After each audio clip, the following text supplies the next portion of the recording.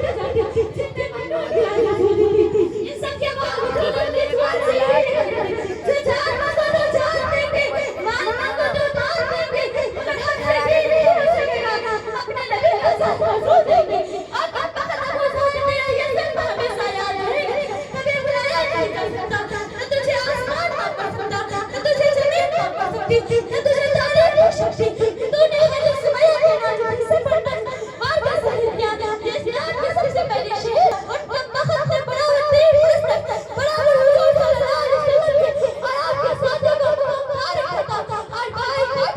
करता और कोशिश की जाए कि खाने का लाला का पानी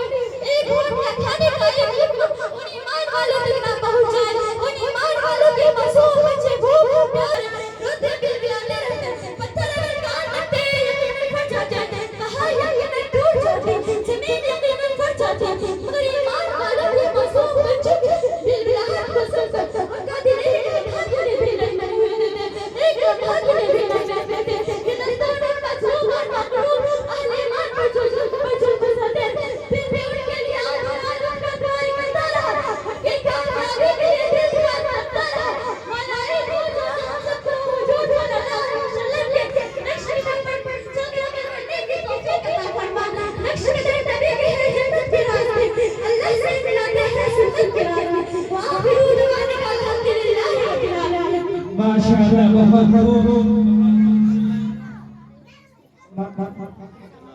माशाअल्लाह